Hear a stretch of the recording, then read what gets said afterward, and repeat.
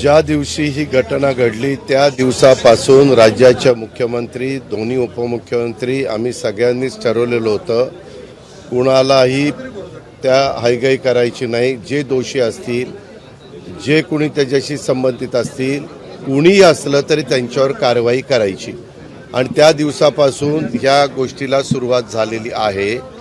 एक आहे की महिना होऊन गेला, त्यांचं कुटुंब देखील त्यांची पत्नी असेल, त्यांची मुलगी असेल, त्यांचा भाऊ असेल, ते पण थोडे चिंतेत आहे की बाबा पुढं काही होतंय का नाही, होतंय की नाही, होतंय की नाही।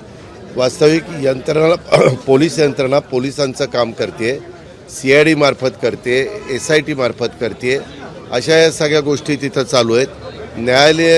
न्यायाधीशांच्या मार्फत देखील त्याची चौकशीच्या बद्दलचे स्वतः मुख्यमंत्र्यांनी शब्द दिलेत।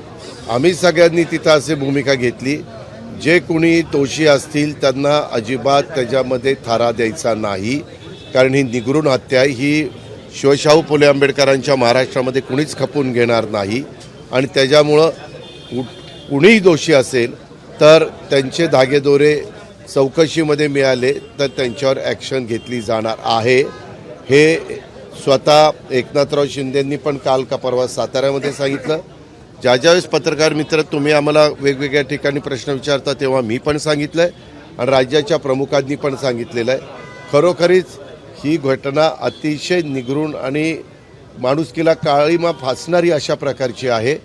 ह्यामध्ये कुणी सत्ताधारी पक्षाचा असो, विरोधी पक्षाचा असो, कुणी त्रयस्थ असो, ज्याचा राजकारणाशी संबंध असेल नसेल तो असो, त्याला कुठलाही थारा दिला जाणार नाही। बीड जिल्ह्यामध्ये कायदा आणि सुव्यवस्थेचा प्रश्न निर्माण झाला आहे। परळी बंद वाल्मीकरणासाठी होती, अख्ख्या परळीमध्ये सर्वजण म्हणजे रॉकेल ओतून अंगावर घेण्यापर्यंत प्रकार घडले। तिथं अतिशय चांगले SP पाठवलेले आहेत। पत्रकार मित्रांनो, तुम्ही पण चौकशी करा की यावेळेसचा पाठवलेला SP कडक आहेत की नाही।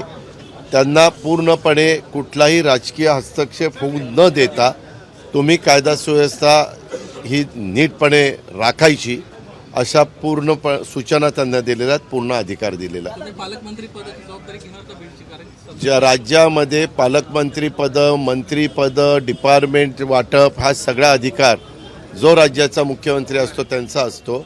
पाठीमागच्या काळामध्ये एकनाथराव शिंदेंच्याकडे तो अधिकार होता, कारण ते राज्याचे प्रमुख होते। आता सर्वांनी आम्ही देवेंद्र फडणवीस साहेबांना मुख्यमंत्री केलेलं आहे, त्याच्यावर त्यांचा अधिकार आहे।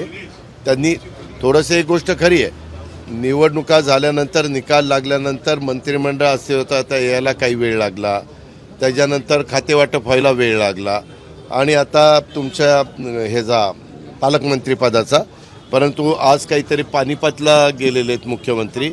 उद्या आपल्याकडे प्राईम मिनिस्टर येत आहेत, दुपारपासून उशिरापर्यंत त्यांचे कार्यक्रम आहेत। उद्या सगळ्या आमदारांना आम्हाला ते भेटणार आहेत, त्यांनी वेळ पण दिलेला आहे आणि त्याच्यामुळे मुख्यमंत्री पण दिवसभर त्यांचं वेलकम केल्यापासून त्यांना सी ऑफ करेपर्यंत त्या कार्यक्रमामध्ये राहतील दिवसभर। पण आणि डावोसला पण मला वाटतं 19 तारखेला त्यांना जायचं आहे, 19 तारखेला ते डावोसला जाणार आहेत। त्याच्या आधी निश्चितपणे मुख्यमंत्री पालकमंत्री पदाच्या जबाबदाऱ्या वेगवेगळ्या मंत्र्यांना देतील।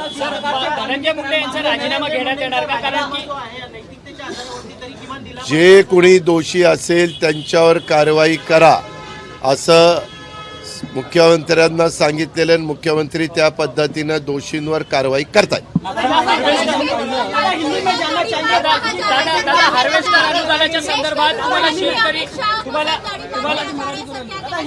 तुम्हाला शेतकरी भेटलेले होते हार्वेस्टर अनुदानामध्ये घोटाळा झाल्याच्या संदर्भात, कृषी मंत्री धनंजय मुंडे यांच्या जवळचे वाल्मिक कराडांनी पैसे घेतलेत शेतकऱ्यांकडून, त्या संदर्भात हे आरोप केले गेलेले आहेत, त्याची चौकशी करण्यात यावी। जे दोषी असेल त्यांच्यावर कारवाई करू। मी आत्ता म्हणलं की तू माझ्याकडनं ₹1,00,000 घेतले पण शेतकऱ्यांनी तसे मग तेच म्हणतो ना, मी पण शेतकरी आहे बाबा, मी शेतकरी म्हणूनच म्हणतोय की तू माझ्याकडनं ₹1,00,000 घेतले। मी त्याच्याबद्दल एवढंच तुम्हाला सांगतो। मी काय करतो, तुम्हाला वेळ देतो त्यावेळेस तुम्ही तिसऱ्यातच शिरता। मी इतकं स्पष्ट सांगतो, सगळ्या महाराष्ट्राला माझी मतं माहिती आहेत। मी कधी माझ्या राजकीय जीवनाला सुरुवात केल्यापासून जातीचा, पातीचा, नात्याचा, गोत्याचा विचार केलेला नाही आहे. महाराष्ट्र चांगला राहिला पाहिजे, कायदा सुव्यवस्था उत्तम राहिली पाहिजे, प्रत्येकाने आपापली जबाबदारी नीटपणे पार पाडली पाहिजे. आपल्या आजूबाजूला कोण आहेत, कसे वागतात, कसे बोलतात, लोकांशी कसे संबंध ठेवतात, त्याचं पण भान आमच्यासहित सगळ्यांनी त्या ठिकाणी ठेवलं पाहिजे. आणि चुकीची माणसं असतील तर त्यांना बाजूला केलं पाहिजे. या संदर्भामध्ये आता ज्या काही इन्क्वायऱ्या चालल्यात किंवा आपण जे म्हणताय, कुठल्याही गोष्टीमध्ये कुठल्याही डिपार्टमेंटमध्ये जर कुणाला काही लाच द्यावी लागली असेल आणि त्याचे पुरावे असतील तर ते आम्हाला द्या. आम्ही त्याची चौकशी करू आणि दोषींना त्या ठिकाणी शासन करू. त्याच्यामध्ये कुणालाही पाठीशी घातलं जाणार नाही.